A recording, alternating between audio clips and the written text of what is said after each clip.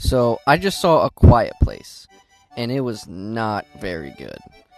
It wasn't the worst movie of all years, so don't go into the comments and start calling me a faggot, or that I don't have a life, or I should go kill myself. There are some good things in this movie. For example, drama. The drama here is pretty good. I saw myself caring about all the characters.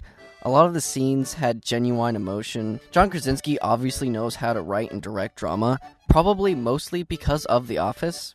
Unfortunately, a lot of those scenes are completely ruined by these scary scenes, but I'll get into that later. Acting. So all the actors here are pretty solid. The worst one was the boy, and it's not like he was, bad. He was just meh. John Krasinski was awesome, of course, and he was pretty sexy. And I'm not gay or anything, so, no homo. So don't go telling people I'm gay, or it's not gay. So shut up. But the best actress by far was Emily Blunt. She was pretty damn great. Every scene she was in felt very real. Even in the scenes that were supposed to be scary, she still made them a little bit better by her acting and the way she made her facial expressions look. It just seemed very genuine. She was the character you felt the closest for that reason. Not that reason alone. She was very well developed, but just because of her acting and her ability to seem like she's scared shitless, it really brought a lot of emotion to the character. Okay, it's time to talk about the bad things now.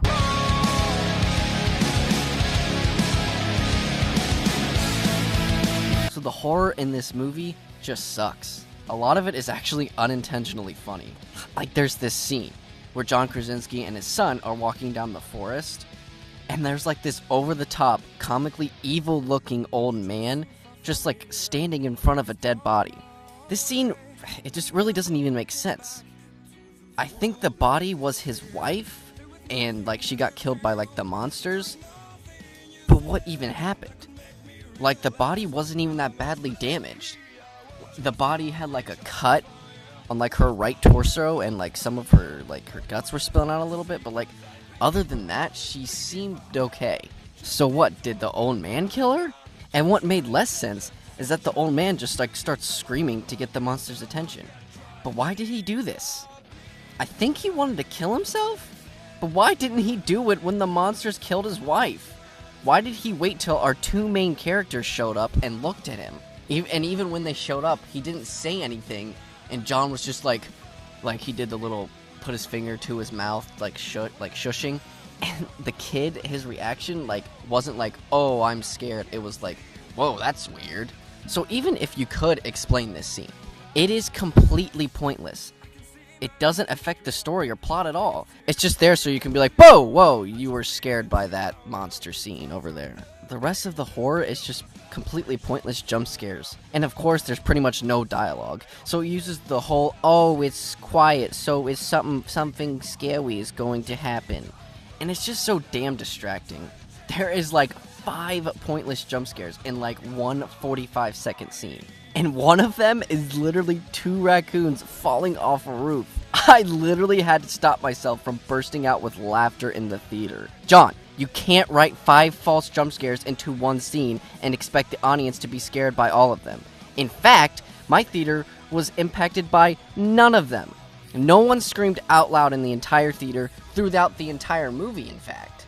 But you know what they did do was cry, which only furthers my point in saying the drama was pretty good, but when it randomly gets scary in the middle of a dramatic scene, it sucks. So these monster things are horribly inconsistent.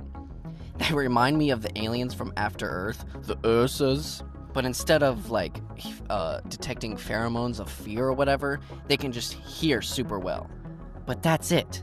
They can't smell, they can't see, they don't even, reach out their arms when there's, a person, an inch away.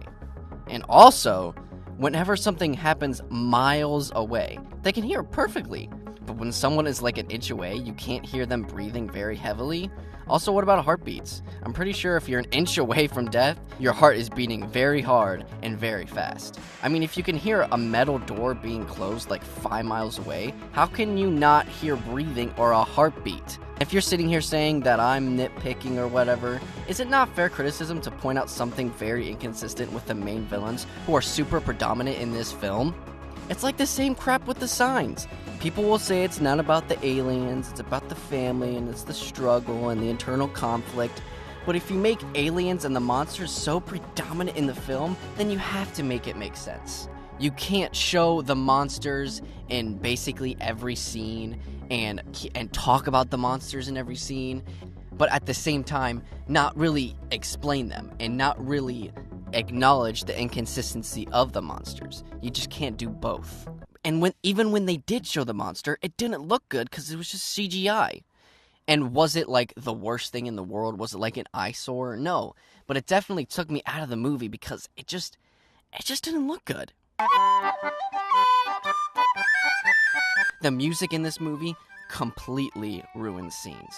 And for different reasons. Sometimes it's because the music just sucks. It sounds like free stock sad music. Another reason is because they put music in scenes that just don't need it. That's so amateur. And I get, yes, this is his directorial debut, whatever, but there's writers here that have written before, and there's studios, so don't give me that crap. There's a scene where it gets super sad and really dramatic, and this overbearing music plays over it, and it just sucks, and it ruins it. A lot of scenes can be really, really dramatic, and really sad and really impactful, without music. Actually, it's almost 99%, well, maybe not 99%. But a good amount of the time, not putting music in a scene where it's supposed to be really dramatic and sad is much more effective.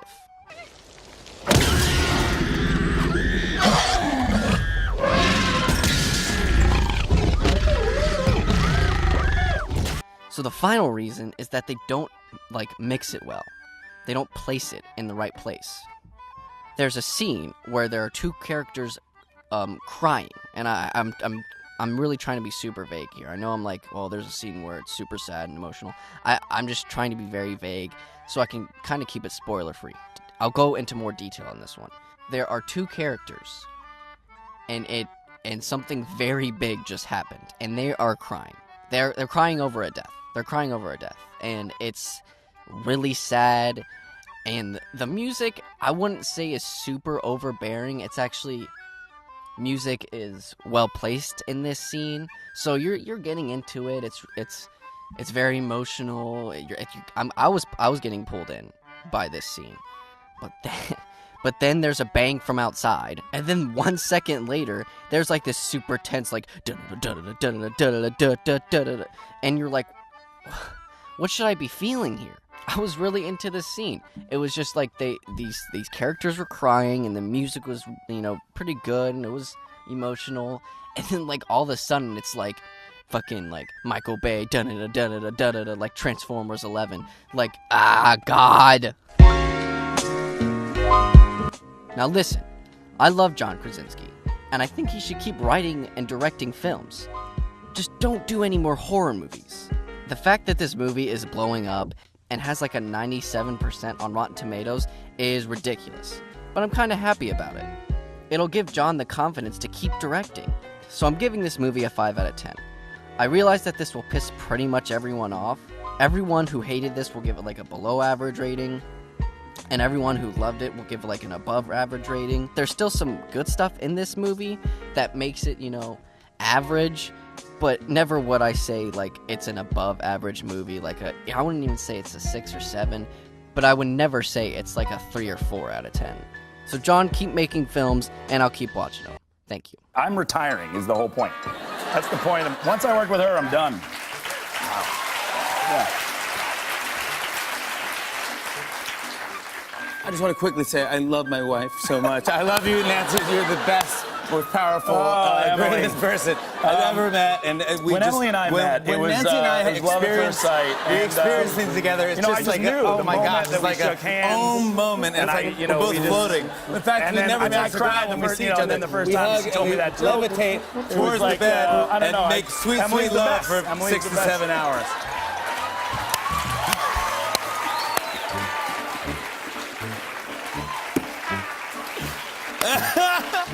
Anyway. Oh my God. But we were just connected in our brains. Yeah, I know we did. It was not a little the best. It was little so brain connection weird. there. It was Yeah. great. But the movie is frightening.